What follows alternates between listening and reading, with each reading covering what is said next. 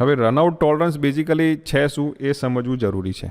Okay, so by definition runout tolerance is geometric tolerance that specifies the runout fluctuation of a target features.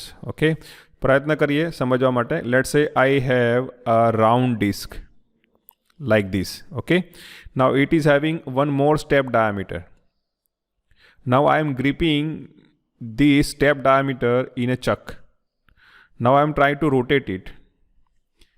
What you have to observe over here, if you put the dial indicator over here, અહીંયા તમે dial indicator મૂકશો અને આને rotate કરશો, સો the bigger size part or you can say the second step disk is rotating about this axis.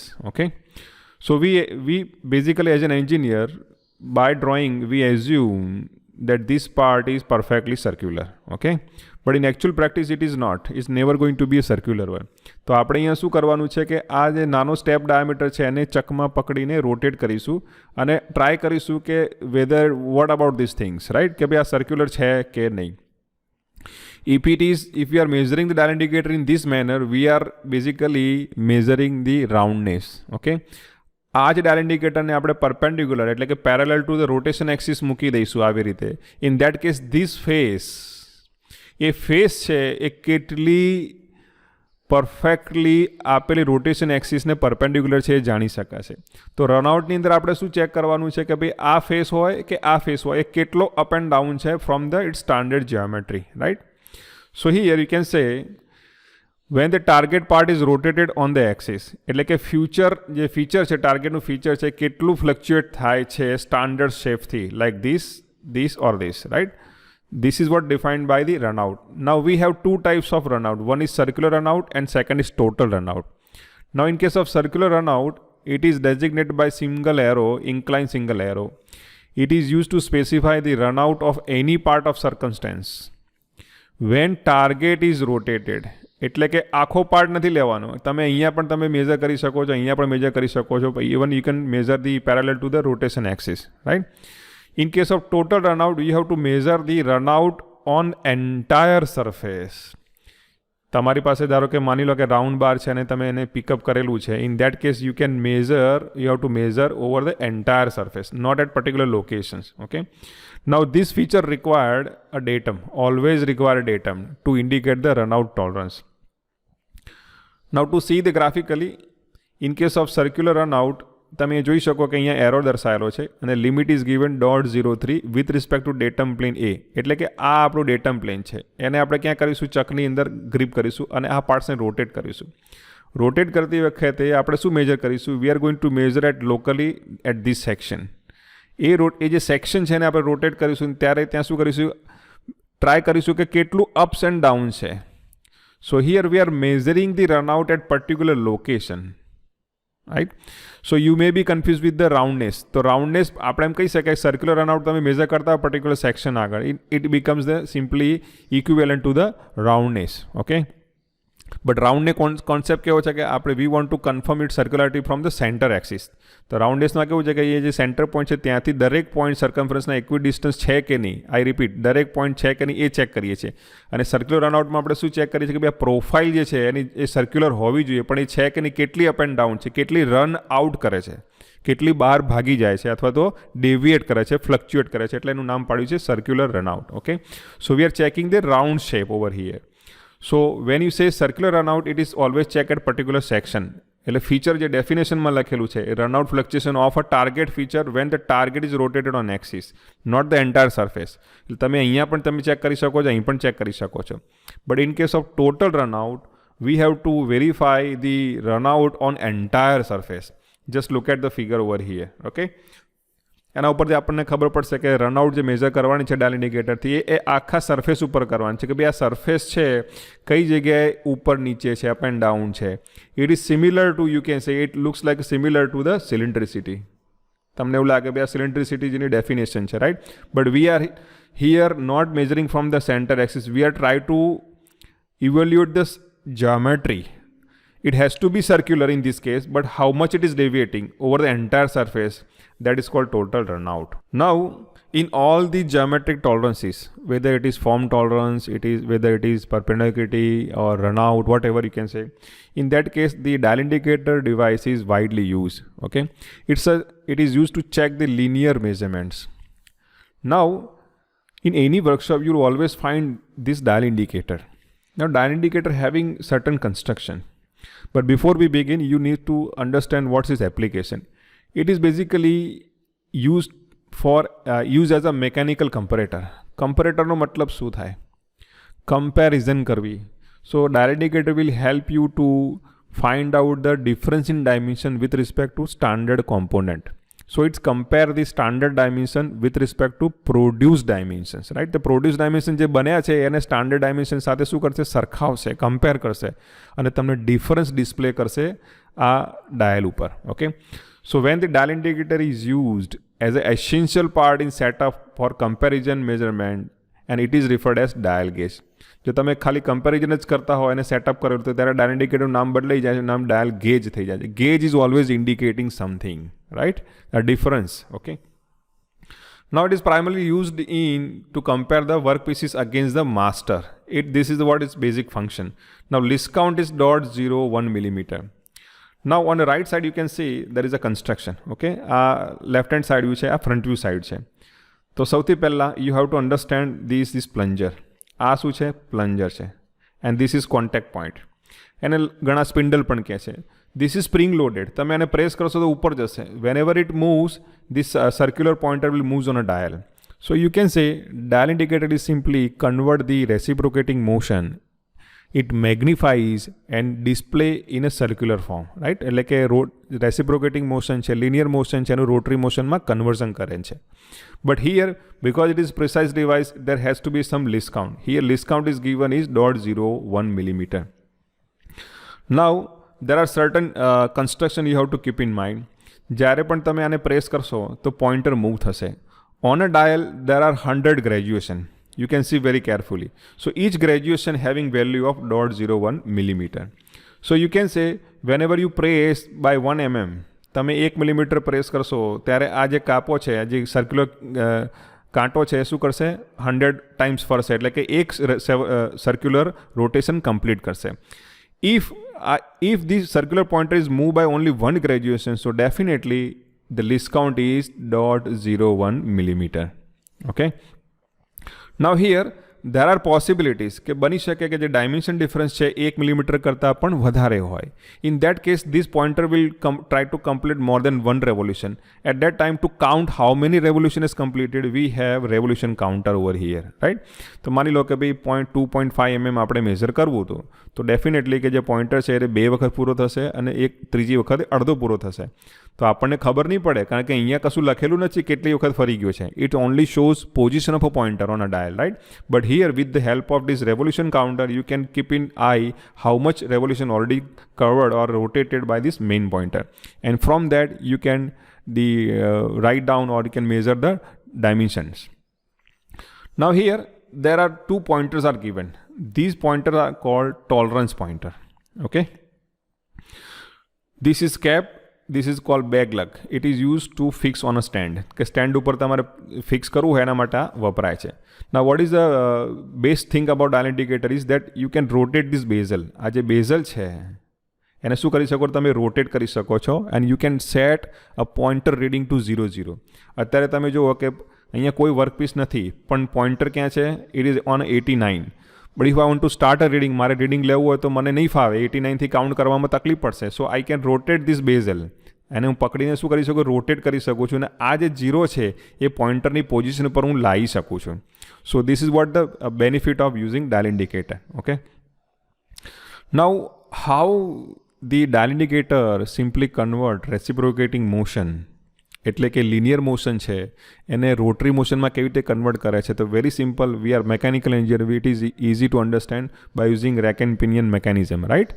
તો આપણી પાસે શું છે? લિનિયર મોશન છે, we want to convert in rotary motion. So by using rack and pinion it is very easy to convert reciprocating motion into rotary motion, right. તો આપણે જે car છે એમાં સ્ટિયરિંગ છે, તો સ્ટિયરિંગ તમે ફેરવો છો તો ટાયર લેફ્ટ અને રાઈટ ફરે છે, તો you are rotating it and you are transferring the motion. તો ત્યાં પણ સ્ટિયરિંગના એન્ડમાં શું છે, આવું રેક એન્ડ પિનિયન હોય છે, like this. Okay, so when you rotate it, it's try to rotate the small gear at the end and that try to give the motion in reciprocating motion. અહીંયા motion આપે છે, અહીંયા tyre સાથે linkage હોય છે.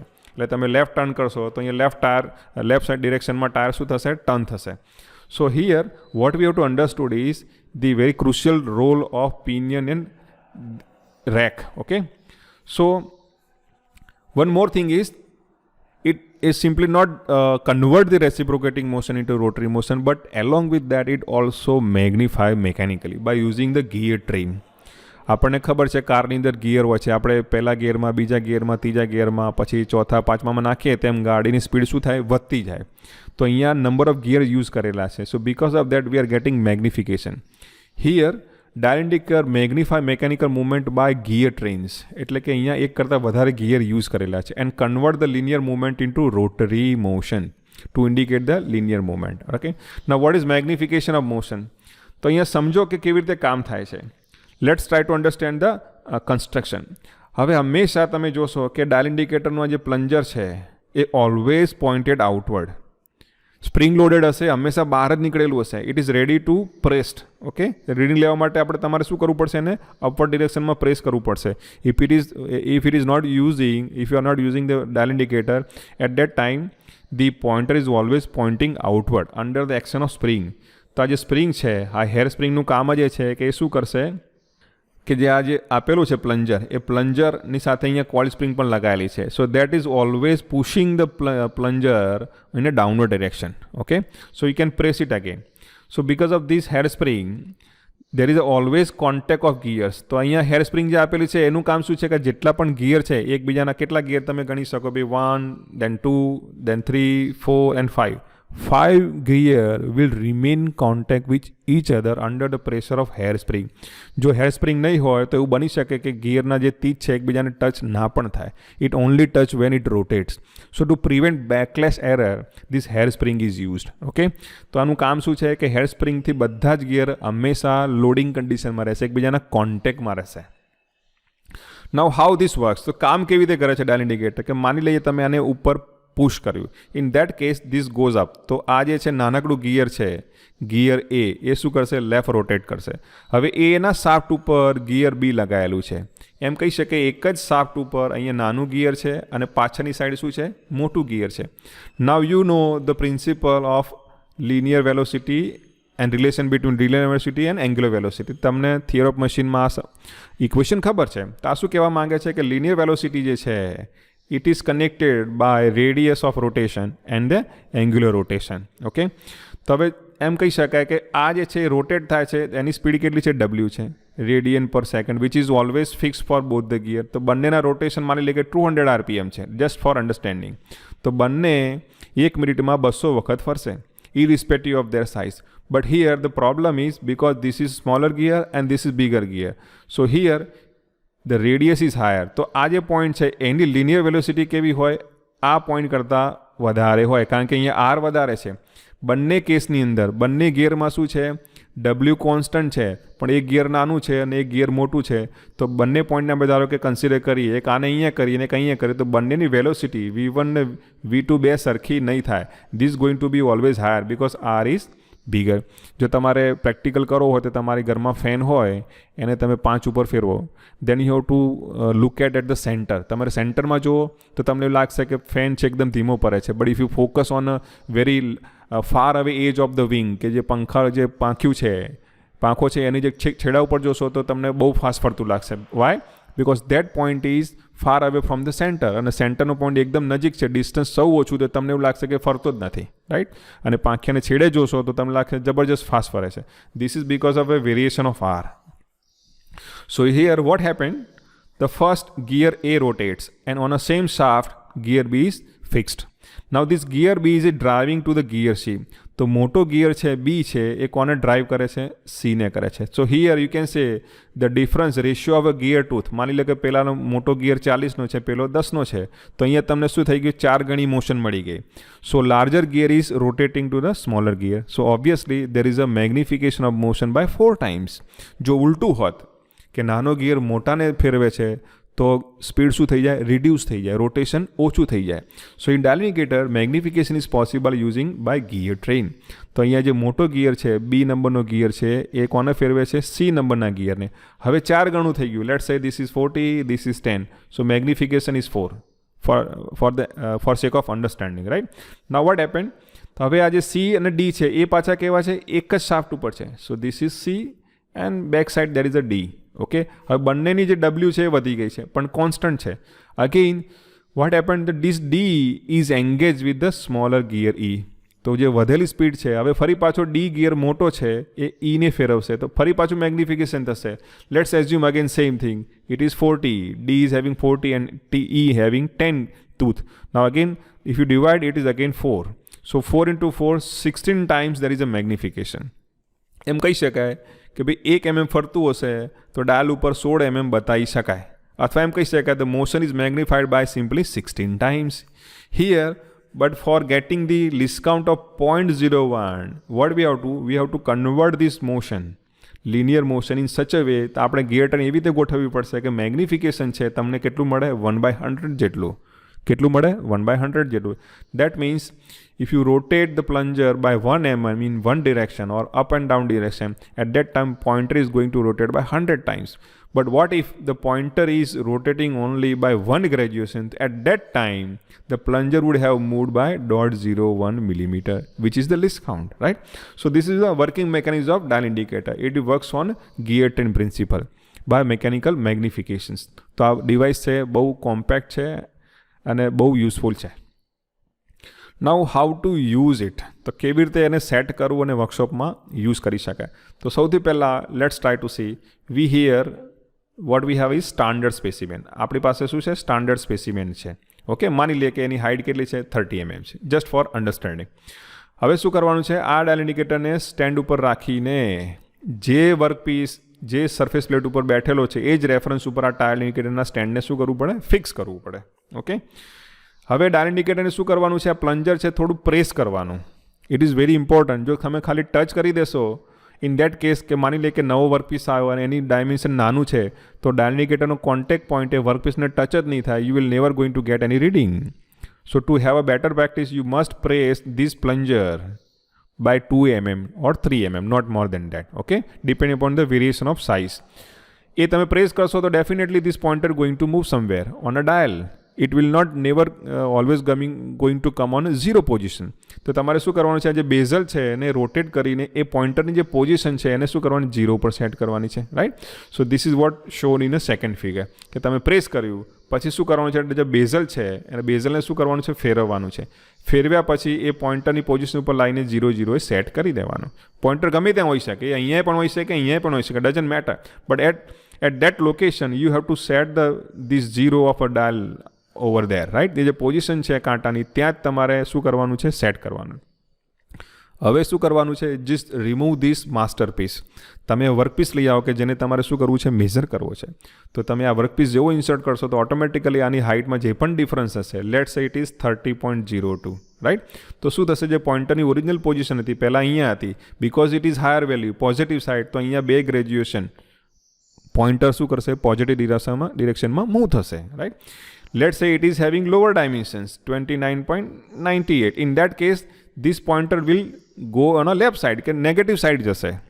એટલા માટે પહેલાં કીધું કે તમારે 2 કે 3 mm સુધી એને પ્રેસ કરીને સેટ કરવાનું. જો તમે સેટ જ નહીં કર્યું હોય અને કોમ્પોનન્ટ નાનો આવશે, આવો આવી જાય, ઓછા ડાયમેન્શનનો આવશે, in that case pointer will never move. You will never able to get the readings. તમને ખબર જ નહીં પડે કોમ્પોનન્ટ નાનો છે.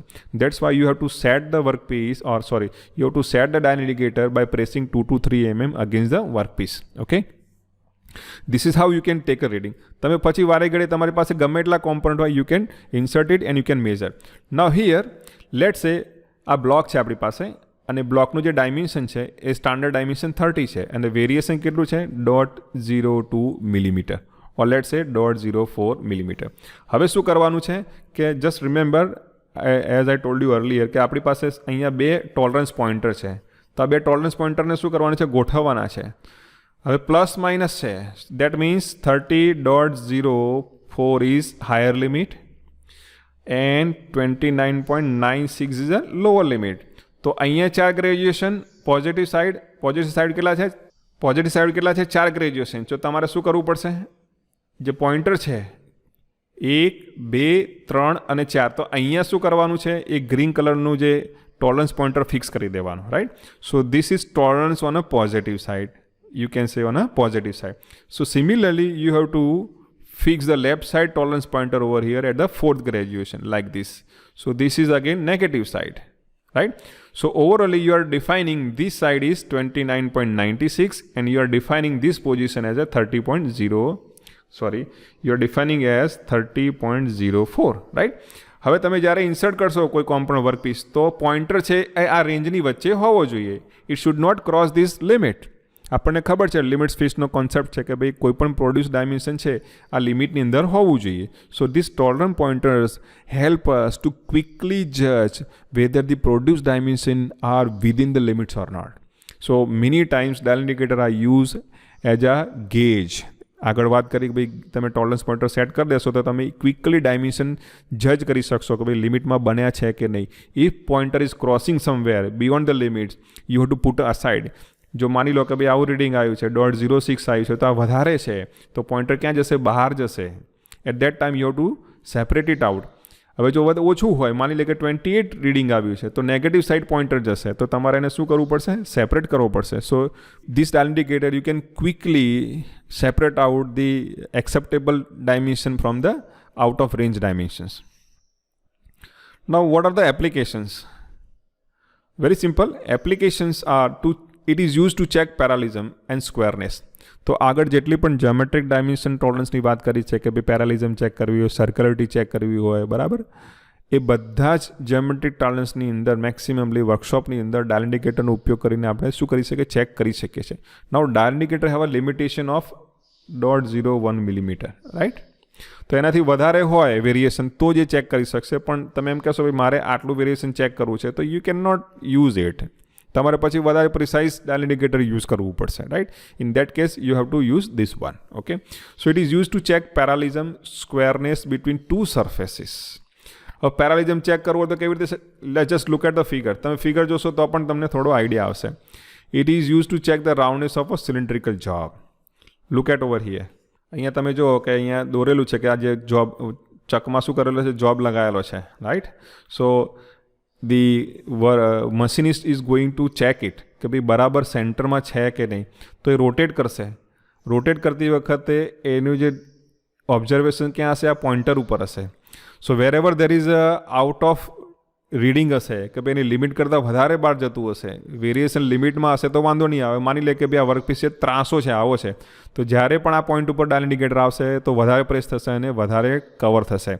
If it is more than 10 micron or 20 micron, 20 micrometer કરતાં પણ વેરિએશન વધારે હોય તો પછી મશીનિસ્ટને શું કરવું પડશે, એ બાજુથી હેમરિંગ કરીને વર્કપીસને સેન્ટર કરવો પડશે, રાઈટ. તો ડાયલ ઇન્ડિકેટરનો ઉપયોગ કરીને તમે શું કરી શકો છો, વર્કપીસનું સેટિંગ બરાબર થયું છે કે નહીં એ પણ તમે ચેક કરી શકો છો. તે સિવાય you can also find out, you can verify the roundness, right. તમે એ પણ ચેક કરી શકો છો.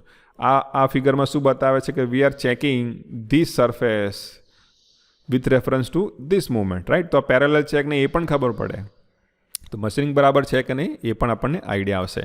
સો you can use dial indicator to check the run out of a circular component.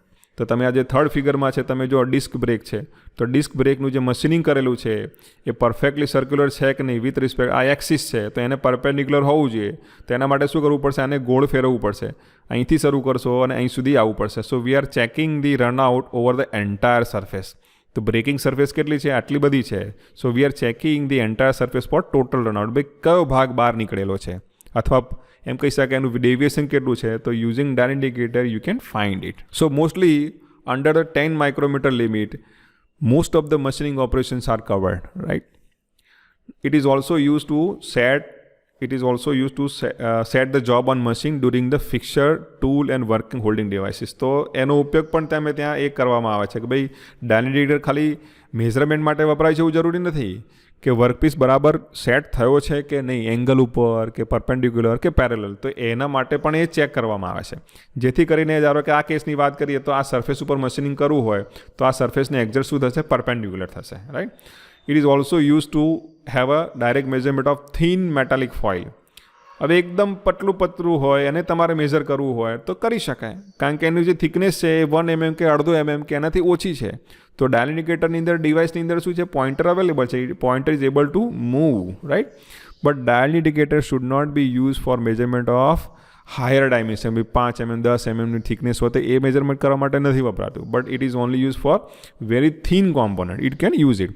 આપણી પાસે સીટ મેટલ હોય છે જેમાંથી ઘરના ડબ્બા ને બધું બનાવેલું છે, એની જાડાઈ કેવી હોય, પતલી હોય છે, 18 ગેજની, 20 ગેજની, 22 ગેજની. તો એ જે વેરિએશન છે, that variation you can check with this dial indicator. But generally in that cases the micrometer used, right? But still you can use a dial indicator for that purpose. It is used as a mechanical comparator. કે mechanical comparator તરીકે કામ કરે છે, એટલે કે ડાયમેન્શનનો difference તમારે check કરવો હોય ક્વિકલી, આગળ તમને બતાવ્યું એ પ્રમાણે અહીંયા આ શું કહેવાય, કમ્પરેટર તરીકે કામ કરી રહ્યું છે. It is working as a comparator. Okay, it is help you to find out the difference of dimension of produced dimension with the standard dimension. So it's compare and give you the reading on a point circular scale. Now on dial indicator, if you look at carefully, there is a contact point over here, right? So અહીંયા શું છે, આ contact point છે. Contact point has got some shape, and now there are various shapes available. One is standard point, second is tapered point, one is button type, then there is a flat. These pointers are used based on the surfaces on which it is going to measure, right? કે માની લે કે ભાઈ આવી surface હોય, in that case તમારે major કરવું હોય તો that this tapered point is best suitable. But generally the fixed button type of pointer is widely used, right? Flat surface એકદમ થિન રાઉન્ડ હોય, સ્મોલ થિન રાઉન્ડ વર્કપીસ હોય તો તમારે flat use કરવા જોઈએ જેથી પ્રોપરલી કોન્ટેક્ટ થઈ શકે. So based on the geometry you are going to measure this contact point are use. Now this is the setup. Generally આ રીતે સેટઅપ હોય છે. સરફેસ પ્લેટ ઉપર, બેઝ ઉપર એને સ્ટેન્ડને શું કરેલું છે, ફિક્સ કરેલું હોય છે. તમારે બે ડાયલ ઉપર એને પોઈન્ટરનું પોઝિશન 0 જોઈને બેઝલ સેટ કરીને આ એક્સપેરિમેન્ટ કરવાનું હોય છે. Now there are precautions you have to keep in mind while using the dial indicator. This is very sensitive device, right? So plunger movement should be less as possible. I have observed students કે હું એને dial indicator આપું છું તો એ શું કરે છે, એમને for them it's like a toy. એ પ્લન્જરને ફિંગરથી દબાવે છે. So never try to press it with the fingers, okay? સો એની જે પ્લન્જરની મૂવમેન્ટ છે એને મૂવમેન્ટ જેટલી મિનિમમ થાય એટલું ગિયર ટ્રેન છે, ગિયર ઓછા ફરશે અને એનો જે વિયર છે ઓછો થશે. You should ફર્મલી had the dial indicator in a stand to avoid any effect of vibration in measurement. This is very important. Why? Because gear train is made up of small gears. They are mechanical device. If you give the vibration, there are chances that they will be simply misplaced or misaligned. So you must hold firmly on a stand to avoid or transferring any vibrations. Plunger should come in contact with the job gently without any impact. તો ઘણા વિદ્યાર્થીઓ શું કરે છે, એમને ધ્યાનમાં નથી હોતું, અહીંયા આ પ્લન્જર છે, આ વર્કપીસ છે, તો સીધો ઇમ્પેક્ટ શું કરે છે, દબાઈ દે છે. એવું ના થવું જોઈએ. એટલે શું થાય, અચાનક પોઇન્ટર ફરી જાય. So avoid this kind of actions. You should allow to contact this pointer on a workpiece very gently. should not have any kind of a impact motion involved in it, right? એટલે અચાનક જ આપણે શું કરવાનું છે, એને ટકરાવવાનું નથી. Now plunger should not be pressed with the finger as discussed earlier. કે તમારે આને જાણી જોઈને પ્રેસ નથી કરવાની. You should not try to force it with the fingers, okay? Now lastly, worn out contact point should be replaced. કે તમે વારી ઘડી એને પોઇન્ટરને યુઝ કરતા હોય, ડાયલ ઇન્ડિકેટર મેઝરમેન્ટમાં યુઝ કરો છો, obviously the pointer is the only component which comes in contact with the various surfaces. તો એનો જે પોઇન્ટર છે એ ઘસાઈ જશે. ના વોટ ઇઝ ઇફેક્ટ? માની લઈએ કે આપણી પાસે આવો પોઇન્ટર છે, right? You are using it frequently, you are using. તો પછી શું થશે, આ જે ગોળ છે એ ફ્લેટ થઈ જશે, અથવા તો અનઇવન મૂવમેન્ટ વિયર આઉટ થશે, તો એ વખતે જે સરફેસ છે એને પ્રોપરલી કોન્ટેક્ટ ના પણ કરે, બને કે ભાઈ આ છેડો કોન્ટેક્ટ થાય ના પણ થાય. So this is a wrong measurement technique, right? So you have to replace the worn out contact portions. Now, dial indicator is also used in machine tool metrology. Why I have written machine tool metrology? The reason is machine tool metrology means checking the straightness of a table, flatness of a table, or movement of a table, or you can say the tool. Perpendicular હોવું જોઈએ, parallel move થવું જોઈએ, flat હોવું જોઈએ. તો machine tools જે છે એના આ જે પેરામીટર ચેક કરવા હોય અને આપણે મેઝર કરીએ તો એને કહેવાય machine tool metrology. So dial indicator is widely use in those parameters. So machine tool metrology is primary concern with the geometric test. This is very important કે તમારે લેથ મશીન લેવું હોય તો એમાં આપણે શું ટેસ્ટ કરવાનું? ખાલી ફોન કરીને કહી દેવાનું ભાઈ લેથ મશીન મોકલી દો? નો. You have to perform the various tests on a lathe machines. પેરાલિઝમનો ટેસ્ટ આવે, પરપેન્ડિક્યુલરનો ટેસ્ટ આવે, રનઆઉટનો ટેસ્ટ આવે, સર્ક્યુલારિટીનો ટેસ્ટ આવે. આ બધાની અંદર ડાયલ ઇન્ડિકેટર યુઝફુલ છે. So you can say it is geometric test of the alignment accuracy of a machine tool under the static condition. Lathe machine છે, મિલિંગ મશીન છે, એ કોના ઉપર કામ કરે છે? બેડ ઉપર કામ કરે છે. તો બેડ પરફેક્ટલી ફ્લેટ અને સ્ટ્રેટ હોવું જોઈએ. જો એ નહીં હોય તો જે પણ કોમ્પોનન્ટ તમે બનાવશો there will having some error in it, right? So machine tool metrology simply concern with geometric test to maintain the alignment of a machine tool. So it is important to assess alignment of various machine parts in relation to one another. Lathe મશીનની જ વાત કરીએ, ભાઈ ચક છે, dead centre છે, live centre છે, tool post છે, આ એકબીજાના રેફરન્સમાં ફરે છે. તો ટૂલ પોસ્ટ હંમેશા કેવું ફરતું હોય છે? Over the bed, right? The bed ઉપર સ્ટ્રેટ ફરે, parallel to the rotation axis of a chuck, right? અને ટૂલ પોસ્ટ છે, તમે એને પરપેન્ડિક્યુલર ફેરવશો તો એક્ઝેક્ટલી 90 ડિગ્રીએ ઇન્વોલ્વ થવું જોઈએ. So this squareness relation, this parallelism must be verified. આપણે આગળ જોયું કે ભાઈ કોઈ પણ કોમ્પોનન્ટ પરફેક્ટલી સ્ટ્રેટ હોતો નથી પરફેક્ટલી પેરેલલ હોતો, તો આપણે ટેસ્ટ કરવો પડશે કે કેટલું વેરિએશન છે. So that geometric variation must be control and that can be done by using dial indicator and those test are covered in under the name of machine tool metrology. So you can say cutting tools, machine table, workpiece either rotates, move parallel or perpendicular. આ બધી જે motion છે એને શું કરવાની છે? Verify કરવાની છે મશીન ટૂલ મેટ્રોલોજીમાં. Now here the term called straightness, flatness, parallelism, squareness, roundness and cylindricity are the measure of geometric accuracy of machine parts. તો આ જે ટર્મ છે એ તમને ખબર હોવી જોઈએ અને એ જ એના પર શું કર મશીન ટૂલમાં ટેસ્ટ કરવામાં આવે છે.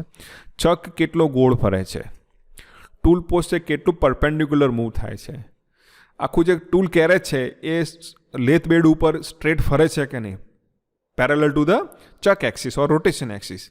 So all the taste is defined by this term: straightness, flatness, parallelism, squareness, roundness, cylindricity.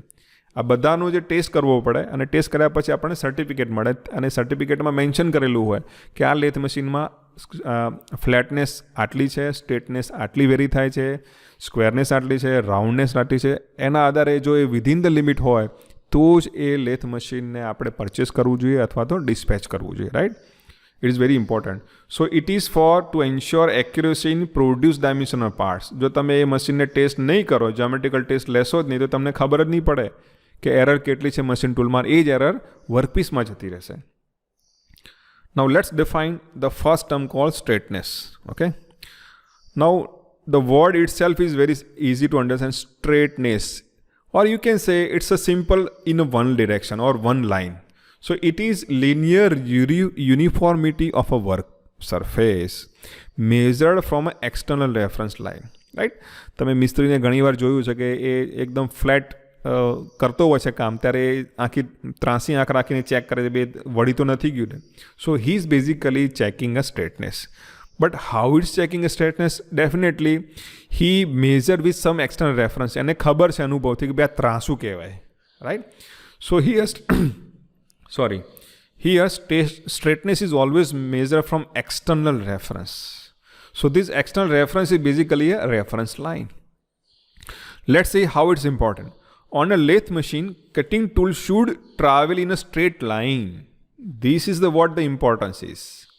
Cutting tool on a machine tool must travel in a straight line. કે લેથ મશીન હોય અને આ વી shape tool છે અને આપણે turning કરવું છે, right, અથવા ફેસિંગ કરવું છે, તો ફેસિંગ કરવું તો આપણે આમ જવા દઈશું અને ટર્નિંગ કરવું હોય તો આમ જવા દેવું પડે. જો આમ જવા દઈએ તો એમ કહી શકાય લેથ એક્સિસને પેરેલલ મૂવ થઈ રહ્યા છે, but we are moving on a lathe bed. So this tool must move in a straight line, and for that straightness of a guideways is important. કારણ કે ટૂલ કોના ઉપર ફરી રહ્યું છે? ગાઈડવેઝ ઉપર છે, તો ગાઈડવેઝની સ્ટ્રેટનેસ ઇમ્પોર્ટન્ટ છે.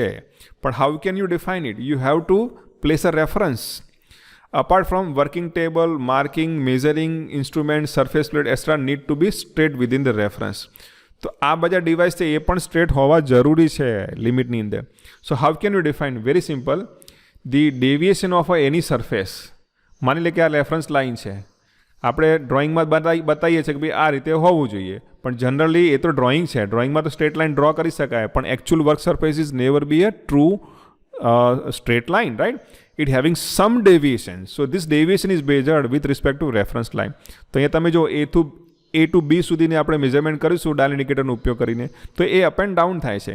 If it is within the two lines, right, આપણે એમ કહી શકીએ જે બે લાઇન આપેલી છે લાઇનની અંદર હોય પ્રોફાઇલ, તો એમ કહી શકાય સ્ટ્રેટ છે.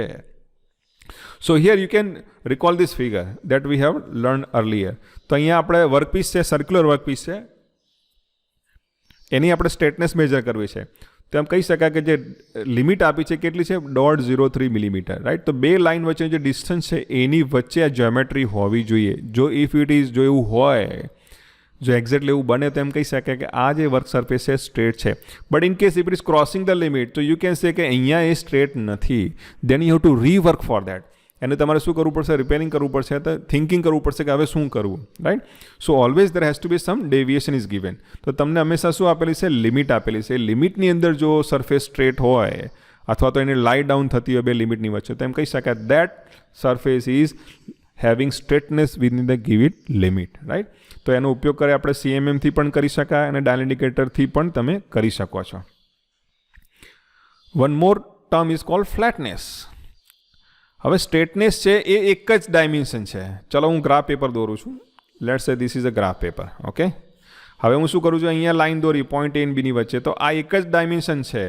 So that is called straightness. But when you multiply the straightness in 2 dimensions, that is area.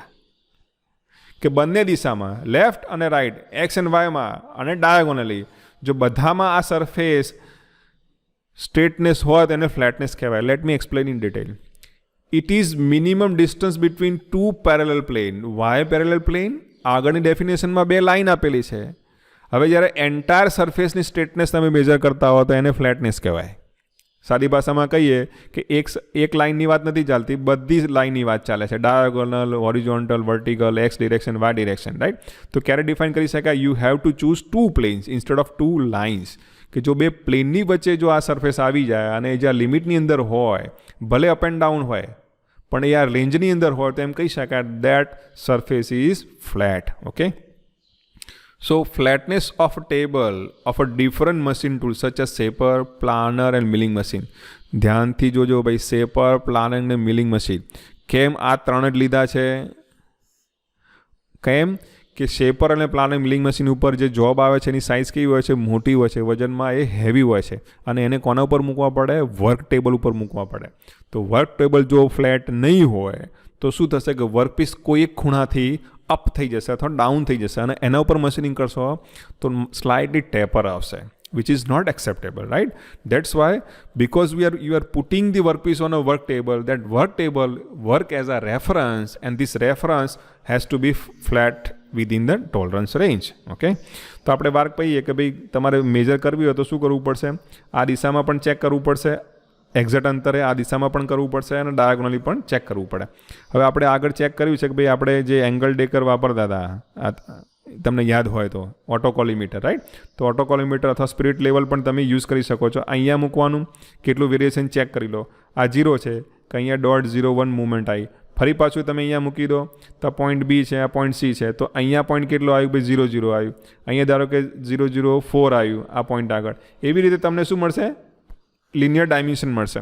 Linear ડાયમેન્શનથી તમે નક્કી કરી શકો છો કે ભાઈ આ લેફ્ટ રાઈટ, અથવા તો એક્સ અને વાય દિશામાં, અને simultaneously you can have to measure in diagonally as well. તો ડાયાગોનલ લાઇનમાં પણ સમયાંતરે એક્ઝેક્ટ યુનિફોર્મ ડિસ્ટન્સ શું કરવાનું છે? હવે ડિસ્ટન્સ કેટલું રાખવાનું છે કે જે સ્પિરિટ લેવલ યુઝ કરો છો, અથવા તો તમે ઓટોકોલિમીટર યુઝ કરવાના હોય તો એના જે બે સપોર્ટ છે એ બે વચ્ચેનું જે ડિસ્ટન્સ હોય એ આ ડિસ્ટન્સ હોવું જોઈએ. કેમ કે because we want two measure a linear deviation. તો આ તમારો સપોર્ટ છે, સોરી આપણે એમ કહી શકીએ ધીસ ઇઝ યોર સપોર્ટ. તમને આ ડિસ્ટન્સ ખબર છે, L distance non to you. તો તમે શું કરો, ડાયલ ઇન્ડિકેટરની મદદથી અથવા એંગલ ઓટોકોલિમીટરની મદદથી જે એંગલ તમને શું મળશે, વેરિએશન મળશે. So using this and this you can find ups and downs in terms of linear measurement. તો ફ્લેટનેસ તમને શેમાં મળશે? લિનિયર મેઝરમેન્ટમાં મળશે કે કેટલી ઊંચી છે with respect to the standard defined tolerance range, right.